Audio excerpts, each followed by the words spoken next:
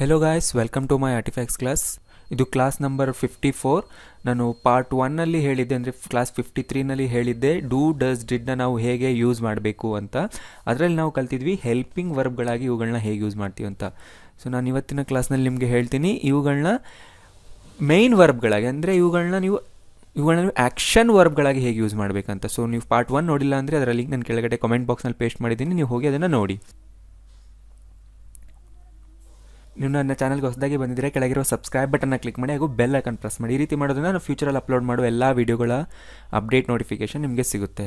So ಈ ಕ್ಲಾಸ್ನಲ್ಲಿ ನಾವು ಕಲಿಯೋಣ ಈ ಡೂ ಡಸ್ ಡಿಡ್ ಪದಗಳು ಹೇಗೆ ಆ್ಯಕ್ಷನ್ ವರ್ಬ್ಗಳಾಗಿ ಕೂಡ ಕೆಲಸ ಮಾಡುತ್ತೆ ಅಂತ. ರೈಟ್? ಸೊ ಡೂನ ನಾವು ಪ್ರೆಸೆಂಟ್ ಸಿಂಪಲ್ನಲ್ಲಿ ಯೂಸ್ ಮಾಡ್ತೀವಿ. ಆ್ಯಕ್ಷನ್ ವರ್ಬ್ ಆದಾಗ ಇದರ ಮೀನಿಂಗ್ ಏನಾಗುತ್ತೆ ನೋಡಿ. ಮಾಡು, ಮಾಡುತ್ತೇನೆ, ಮಾಡುತ್ತೀಯ, ಮಾಡುತ್ತೇವೆ, ಮಾಡುತ್ತಾರೆ, ಈ ಎಲ್ಲ ಪದಗಳ ಜಾಗದಲ್ಲೂ ನಾವು ಡೂನ ಯೂಸ್ ಮಾಡ್ಬೋದು. ನೆನ್ಪಿಟ್ಕೊಳ್ಳಿ, ಪ್ರೆಸೆಂಟ್ ಸಿಂಪಲ್ನಲ್ಲಿ ಯಾವ್ಯಾವ ಸಬ್ಜೆಕ್ಟ್ಗೆ of course I you we they plural ಸಬ್ಜೆಕ್ಟ್ಗಳು ಬಂದಾಗ ಮಾತ್ರ ಅಲ್ವಾ. ಐ ಅಂದರೆ ಮಾಡುತ್ತೇನೆ, ಯು ಅಂದರೆ ಮಾಡುತ್ತೀಯ, ವಿ ಅಂದರೆ ಮಾಡುತ್ತೇವೆ, ದೇ ಮಾಡುತ್ತಾರೆ, ಪ್ಲೂರಲ್ ಇದ್ದಾಗ ಮಾಡುತ್ತೇವೆ ಬರುತ್ತೆ ಅಥವಾ ಮಾಡುತ್ತಾರೆ ಕೂಡ ಬರುತ್ತೆ ಇಲ್ಲಿ. ಅದೇ ರೀತಿ ಡಸ್ ಕೂಡ ಪ್ರೆಸೆಂಟ್ ಸಿಂಪಲ್ನಲ್ಲೇ ಯೂಸ್ ಮಾಡ್ತೀವಿ. ಇದು ಆ್ಯಕ್ಷನ್ ವರ್ಬ್ ಆದಾಗ ಇದರ ಮೀನಿಂಗ್ ಏನು? ಮಾಡುತ್ತಾಳೆ, ಮಾಡುತ್ತಾನೆ, ಮಾಡುತ್ತದೆ. ಹಿ, ಶಿ, ಇಟ್ ಅಥವಾ ಯಾವುದೇ ಪರ್ಸನ್ ನೇಮ್ ಬಂದಾಗ ನಾವು ಡಸ್ನ ಯೂಸ್ ಮಾಡಿ ಹೇಳ್ತೀವಿ. ನಾನು ಎಕ್ಸಾಂಪಲ್ ಕೊಟ್ಟಾಗ ನಿಮ್ಗೆ ಅರ್ಥ ಆಗುತ್ತೆ. ಅದೇ ರೀತಿ ಡಿಡ್ ಅಂದರೆ ಪಾಸ್ಟ್ ಸಿಂಪಲ್. ಅಫ್ಕೋರ್ಸ್ ಇದನ್ನು ನಾವು ಪಾಸ್ಟ್ ಸಿಂಪಲ್ನಲ್ಲೇ ಯೂಸ್ ಮಾಡ್ತೀವಿ. ಇದು ಆ್ಯಕ್ಷನ್ ವರ್ಬ್ ಆದಾಗ ಇದರ ಮೀನಿಂಗ್ ಏನಾಗುತ್ತೆ? ಮಾಡಿದೆ, ಮಾಡಿದೆನು, ಮಾಡಿದನು ಅಥವಾ ಮಾಡಿದಳು, ಮಾಡಿದರು, ಮಾಡಿದೆವು. ಅಂದರೆ ನೋಡಿ, ಪಾಸ್ಟಲ್ಲಿದೆ, ಪಾಸ್ಟ್ ಸಿಂಪಲ್ನಲ್ಲಿದೆ. ಸೊ ಎಲ್ಲ ಸಬ್ಜೆಕ್ಟ್ಸ್ಗೂ ನಾವು ಇದನ್ನು ಯೂಸ್ ಮಾಡಬಹುದು. ರೈಟ್? ಎಕ್ಸಾಂಪಲ್ಸ್ನ ನೋಡಿ, ಈಗ ಗೊತ್ತಾಗುತ್ತೆ. ಓಕೆ, ಡೂ ಇಂದ ನೋಡಿ ಹೇಗೆ ಸೆಂಟೆನ್ಸ್ಗಳಾಗುತ್ತೆ ಅಂತ. ಡೂ ಇಟ್ ನಾವ್ ಅಂತ ಹೇಳಿದರೆ ಇದನ್ನು ಈಗಲೇ ಮಾಡು. ನೋಡಿ, ಅಬ್ಸರ್ವ್ ಮಾಡಿ, ಇದನ್ನು ನೀವು ಯಾರಿಗೆ ಬೇಕಾದರೂ ಹೇಳ್ಬೋದು ಮಾಡು ಅಂತ ಅಲ್ವಾ. ಸೊ ಡೂ ಅನ್ನೋದು ಲಾಸ್ಟ್ ಕ್ಲಾಸ್ನಲ್ಲಿ ನಾವು ಡಿಸ್ಕಸ್ ಮಾಡುವಾಗ ಹೆಲ್ಪಿಂಗ್ ವರ್ಬ್ ಆಗಿ ವರ್ಕ್ ಮಾಡ್ತಿತ್ತು ಅಲ್ವಾ. ಐ ಡೋಂಟ್ ನೋ ದ್ಯಾಟ್, ಅದರಲ್ಲಿ ಆ್ಯಕ್ಷನ್ ವರ್ಬ್ ಯಾವುದು? No. Right? Do I know that, ಅದರಲ್ಲೂ action verb no. But do ಅನ್ನೋದು ಹೆಲ್ಪಿಂಗ್ ವರ್ಬ್ ಆಗಿ ಕೆಲಸ ಮಾಡ್ತಿತ್ತು, ಜಸ್ಟ್ ಹೆಲ್ಪ್ ಮಾಡ್ತಿತ್ತು. ಅಂದರೆ ಯಾಕೆ ಹೆಲ್ಪಿಂಗ್ ವರ್ಬ್ ಅಂತ ಕರಿತೀವಿ? ಅದು ಯಾವ ಟೆನ್ಸ್ನಲ್ಲಿ ಮಾತಾಡ್ತಿದ್ದೀವಿ ಅನ್ನೋದು ಹೇಳುತ್ತೆ ಹೆಲ್ಪಿಂಗ್ ವರ್ಬ್ಸ್ಗಳು. ಆದ್ದರಿಂದ ಅದು ಹೆಲ್ಪಿಂಗ್ ವರ್ಬ್ ಆಗಿ ಕೆಲಸ ಮಾಡ್ತಿತ್ತು. ಅದು ಮೇಯ್ನ್ ಆ್ಯಕ್ಷನ್ ಇಂಡಿಕೇಟ್ ಮಾಡ್ತಿರಲಿಲ್ಲ, ಕೆಲಸವನ್ನು ಸೂಚಿಸುತ್ತಿರಲಿಲ್ಲ. ಬಟ್ ಇಲ್ಲಿ ಡೂ ಅನ್ನೋದು ಮೇಯ್ನ್ ವರ್ಬ್ ಆಗಿದೆ, ಅಂದರೆ ಇದು ಆ್ಯಕ್ಷನ್ ಹೇಳ್ತಿದೆ. ಡೂ ಅಂದರೆ ಮಾಡು ಅಂತ, ಇಲ್ಲಿ ಕೆಲಸವನ್ನು ಸೂಚಿಸ್ತಾ ಇದೆ. Right? Yes, I do that, ಹೌದು ನಾನು ಅದನ್ನು ಮಾಡುತ್ತೇನೆ. ಸೊ ಎರಡರಲ್ಲೂ ಆ್ಯಕ್ಷನ್ನ ತೋರಿಸ್ತದೆ ಡೂ ಅನ್ನೋ ವರ್ಡ್.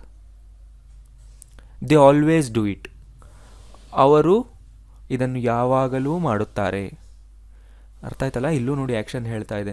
ಸೊ ದೇ ಬಂತು, ಅದರಿಂದ ಡೂ. ಅಂದರೆ ಇದೆಲ್ಲ ಜನರಲ್ ಇನ್ಫಾರ್ಮೇಷನ್. ಸಿಂಪಲ್ ಪ್ರೆಸೆಂಟ್ ಇದೆ ಅಲ್ವಾ, ಜನರಲ್ ಇನ್ಫಾರ್ಮೇಷನ್ ಮಾತಾಡ್ತಿದ್ದೀವಿ ನಾವು. My friends can do that, ನಮ್ಮ ಗೆಳೆಯರು ಅದನ್ನು ಮಾಡಬಲ್ಲರು. We never do that, never ಅಂದರೆ ಎಂದಿಗೂ ಇಲ್ಲ, ನಾವು ಅದನ್ನು ಎಂದಿಗೂ ಮಾಡುವುದಿಲ್ಲ. ಅದೇ ರೀತಿ I do my laundry on Sundays, ನಾನು ಭಾನುವಾರಗಳನ್ನು ಮಾತ್ರ ನನ್ನ ಬಟ್ಟೆಯನ್ನು ಒಗೆಯುತ್ತೇನೆ. ಸೊ ಬಟ್ಟೆ ಒಗೆಯೋದಕ್ಕೆ ಲಾಂಡ್ರಿ ಅಂತ ಕರೀತಾರೆ, ನಿಮಗೆ ಗೊತ್ತಿದೆ ಅಂದ್ಕೊಳ್ತೀನಿ ನಾನು. Children do their home work in the evening. So ನೆನ್ಪಿಟ್ಕೊಳ್ಳಿ, ತುಂಬ ಜನ ಚಿಲ್ಡ್ರನ್ ಸ್ಪೆಲ್ಲಿಂಗ್ ರಾಂಗ್ ಬರೀತೀರಾ, ಚಿಲ್ಡ್ರನ್ಸ್ ಹಾಕ್ತೀರಾ ಅಥವಾ ಚಿಲ್ಡ್ರನ್ ಅಪಾಸ್ಟ್ರಫಿ ಎಸ್ ಹಾಕ್ತೀರಾ. ಸೊ ಚಿಲ್ಡ್ರನ್ ಅಂದರೆ ಮಕ್ಕಳು ಅಷ್ಟೇ, ಎಸ್ ಸೇರಿಸಬಾರ್ದು ನೀವು. ಎಸ್ ಹಾಕಿದರೆ ಅದು ರೈಟ್ ವರ್ಡ್ ಅಲ್ಲ. ಚಿಲ್ಡ್ರನ್ಸ್ ಅನ್ನೋ ವರ್ಡ್ ಇಲ್ಲ ಇಂಗ್ಲೀಷ್ನಲ್ಲಿ. ತಮ್ಮ ಹೋಮ್ವರ್ಕನ್ನು ಸಂಜೆ ಮಾಡುತ್ತಾರೆ. ಜನರಲಿ ಅಲ್ವಾ, ಯಾವಾಗಲೂ ಮಾಡ್ತಾರೆ. ಸೊ ಪ್ರತಿದಿನ ಮಾಡೋ ಕೆಲಸ ಅಲ್ವಾ, ಆದ್ದರಿಂದ ಅದನ್ನು ಹೀಗೆ ಹೇಳಬೇಕು. ನೀವು ಪ್ರತಿದಿನ ಮಾಡೋ ಕೆಲಸ, ಚೇಂಜ್ ಆಗದೆ ಇರೋ ವಿಷಯಗಳು ಯಾವಾಗಲೂ ಇದೇ ರೀತಿಯೇ ಹೇಳಬೇಕು ಪ್ರೆಸೆಂಟ್ ಸಿಂಪಲ್ನಲ್ಲೇ. Teachers do a lot of work at the weekend, ಶಿಕ್ಷಕರು ವಾರಾಂತ್ಯದಲ್ಲಿ ಹಲವಾರು ಕೆಲಸಗಳನ್ನು ಮಾಡುತ್ತಾರೆ ಯಾವಾಗಲೂ. ಸೊ ನೋಡಿ, ಟೀಚರ್ಸ್ ಬಂತು, ಪ್ಲೂರಲ್ ಬಂದಾಗಲೂ ಡೂ ಯೂಸ್ ಮಾಡಬೇಕು. ಇದು ನೆನ್ಪಿಟ್ಕೊಳ್ಳಿ, ಟೀಚರ್ಸ್ ಡಸ್ ಅಲ್ಲ. ಈಗ ನೋಡೋಣ, ಡಸ್ ಅಂದರೆ ಮಾಡುತ್ತಾಳೆ, ಮಾಡುತ್ತಾನೆ, ಮಾಡುತ್ತದೆ, ಹೇಗೆ ಮೀನಿಂಗ್ ಕೊಡುತ್ತೆ ಅಂತ. ಶಿ ಡಸ್ ದಿಸ್, ಅವಳು ಇದನ್ನು ಮಾಡುತ್ತಾಳೆ. ಸೊ ಇದರ ಅರ್ಥ ಏನು ಅಂದರೆ ಅವಳು ಯಾವಾಗಲೂ ಇದನ್ನು ಮಾಡ್ತಾಳೆ ಅಂದರೆ, ಜನರಲಿ ಅವಳು ಇದನ್ನು ಮಾಡ್ತಾಳೆ. ಯಾರಾದ್ರು ಕೇಳ್ತಾರೆ ಅವಳ ಕೈಲಿ ಇದಾಗುತ್ತಾ ಅಂತ, ಅವಾಗ ನಾನು ಹೇಳ್ತೀನಿ ಎಸ್ ಶಿ ಡಸ್ ದಿಸ್, ಹೌದು ಇದನ್ನು ಅವಳು ಮಾಡ್ತಾಳೆ. ಯಾಕೆಂದರೆ ಅವಳು ಮಾಡೋದು ನಾನು ನೋಡಿದ್ದೀನಿ ಹಲವಾರು ಬಾರಿ. ಸೊ ಅದರಿಂದ ಅವಳು ಇದನ್ನು ಮಾಡ್ತಾಳೆ. ಹಿ ಡಸ್ ಇಟ್ ಆಲ್ವೇಸ್, ಅವನು ಇದನ್ನು ಯಾವಾಗಲೂ ಮಾಡುತ್ತಾನೆ. No, Kiran never does that, ಇಲ್ಲ ಕಿರಣ್ ಯಾವಾಗಲೂ ಅದನ್ನು ಮಾಡುವುದಿಲ್ಲ. ಐ ಥಿಂಕ್ ಹಿ ಡಸ್, ನನಗೆ ಅವನು ಮಾಡುತ್ತಾನೆ ಅಂತ ನನಗೆ ಅನಿಸುತ್ತೆ. ಎವ್ರಿಬಡಿ ಡಸ್ ಸಮಥಿಂಗ್, ಪ್ರತಿಯೊಬ್ಬರೂ ಏನಾದರೂ ಮಾಡುತ್ತಾರೆ. ಸಮಥಿಂಗ್ ಅಂದರೆ ಏನಾದರೂ ಅನ್ನೋ ಮೀನಿಂಗ್ ಕೊಡ್ತಾ ಇದೆ. He does nothing all day, ಅವನು ದಿನ ಪೂರ್ತಿ ಏನೂ ಮಾಡಲಿಲ್ಲ. ಸೊ ನೋಡಿ, ಹೀ ಡಸ್ ಅಂತಿದೆ ಅಂದರೆ ಮಾಡಿದ, ನಥಿಂಗ್ ಅಂದರೆ ಏನೂ ಇಲ್ಲ. ಸೊ ಅದನ್ನು ನಾವು ಕನ್ನಡ ಟ್ರಾನ್ಸ್ಲೇಟ್ ಮಾಡಿದಾಗ ಏನೂ ಮಾಡಲಿಲ್ಲ ಅನ್ನೋ ಮೀನಿಂಗ್ ಕೊಡುತ್ತೆ. ಹಿ ಡಸ್ ನಥಿಂಗ್ ಅಂದರೆ ಏನನ್ನೂ ಮಾಡಲಿಲ್ಲ. ಹಿ ಡಸಂಟ್ ಡೂ ಅಲ್ಲ, ಹಿ ಡಸ್ ಮಾಡಿದ, ನಥಿಂಗ್ ಅಂದರೆ ಏನೂ ಇಲ್ಲ, ಏನೂ ಮಾಡಲಿಲ್ಲ ಅನ್ನೋದು ಟ್ರಾನ್ಸ್ಲೇಟ್ ಆಗುತ್ತೆ. He does nothing all day ಅಂದರೆ ದಿನಪೂರ್ತಿ. ದಿನಪೂರ್ತಿಗೆ ನಾವು ಆಲ್ ಡೇ ಅಂತೀವಿ ಅಥವಾ ಹೋಲ್ ಡೇ ಅಂತಲೂ ಕರಿಬೋದು. She does charity work when she has time, ಅವಳು ಸಮಯ ಸಿಕ್ಕಾಗೆಲ್ಲ ಸೇವಾ ಕಾರ್ಯಗಳನ್ನು ಮಾಡುತ್ತಾಳೆ. ರೈಟ್, ಅರ್ಥ ಆಯ್ತಲ್ಲ? ಈ ರೀತಿ ಪರ್ಸನ್ ನೇಮ್ ಬಂದಾಗ ಅಥವಾ ಹಿ ಶಿ ಬಂದಾಗ ನೀವು ಡಸ್ ಯೂಸ್ ಮಾಡಿ. ಅಂದರೆ ಯಾವಾಗಲೂ ಅವರು ಏನೋ ಒಂದು ಕೆಲಸ ಮಾಡ್ತಾರೆ ಅಥವಾ ಮಾಡೋದೇ ಇಲ್ಲ ಅಂತ ಹೇಳುವಾಗ ನೀವು ಡಸ್ನ ಯೂಸ್ ಮಾಡಿ ಹೇಳಿ. ಇದೇ ರೀತಿ ನೀವು ಇನ್ನಷ್ಟು ಸೆಂಟೆನ್ಸ್ಗಳನ್ನ ನೀವೇ ಓನಾಗಿ ಕುತ್ಕೊಂಡು ಮಾಡಿ ಬುಕ್ನಲ್ಲಿ, ಆಗ ನೀವು ಇನ್ನಷ್ಟು ಪರ್ಫೆಕ್ಟ್ ಆಗ್ತಾ ಹೋಗ್ತೀರಾ. ರೈಟ್. ಡಿಡ್ ಅಂದರೆ ಆಗೋಗಿದೆ, ಮಾಡಿದೆನು, ಅವನು ಮಾಡಿದ, ಅವಳು ಮಾಡಿದಳು, ಎಲ್ಲರೂ ಮಾಡಿದರು ಅಂತ ಹೇಳಬೇಕು. Who did this? ಸೊ ಇಲ್ಲಿ ಕೇಳ್ತಾ ಇದ್ದೀವಿ ಕ್ವಶನ್ನ, ಇದನ್ನು ಯಾರು ಮಾಡಿದರು?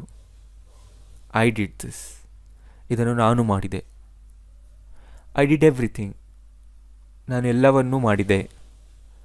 S, I did my homework, ಹೌದು ನಾನು ನನ್ನ ಹೋಮ್ವರ್ಕನ್ನು ಮಾಡಿದೆ. She did some shopping this morning, ಅವಳು ಇಂದು ಬೆಳಿಗ್ಗೆ ಕೆಲವು ಖರೀದಿ ಮಾಡಿದಳು. ನೋಡಿ, ಎಲ್ಲ ಸಬ್ಜೆಕ್ಟ್ಗೂ ಡಿಡ್ ಬರ್ತಾ ಇದೆ. ಶಿ, ಐ, ಹೂ ಕೂಡ ಇದ್ರೂ did. Nobody did anything, nobody ಅಂದರೆ ಯಾರೂ ಮಾಡಲಿಲ್ಲ, ಏನನ್ನೂ ಮಾಡಲಿಲ್ಲ, ಯಾರೂ ಏನನ್ನೂ ಮಾಡಲಿಲ್ಲ. ಎವ್ರಿಬಡಿ ಡಿಡ್ ಸಮಥಿಂಗ್, ಎಲ್ಲರೂ ಏನಾದರೂ ಒಂದು ಮಾಡಿದ್ದಾರೆ, ಏನೋ ಒಂದು ಕೆಲಸ ಮಾಡೇ ಇದ್ದಾರೆ ಎಲ್ಲರೂ. ರಾಧಾ ಡಿಡ್ ನಥಿಂಗ್, ರಾಧಾ ಏನೂ ಮಾಡಿಲ್ಲ. Kiran did everything to his family, Kiran ತನ್ನ ಫ್ಯಾಮಿಲಿಗೆ ಎಲ್ಲವನ್ನೂ ಮಾಡಿದ.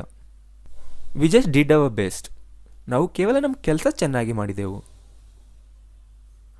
I did my homework last night, ನಾನು ನನ್ನ ಹೋಮ್ವರ್ಕನ್ನು ನಿನ್ನೆ ರಾತ್ರಿ ಮಾಡಿದೆ.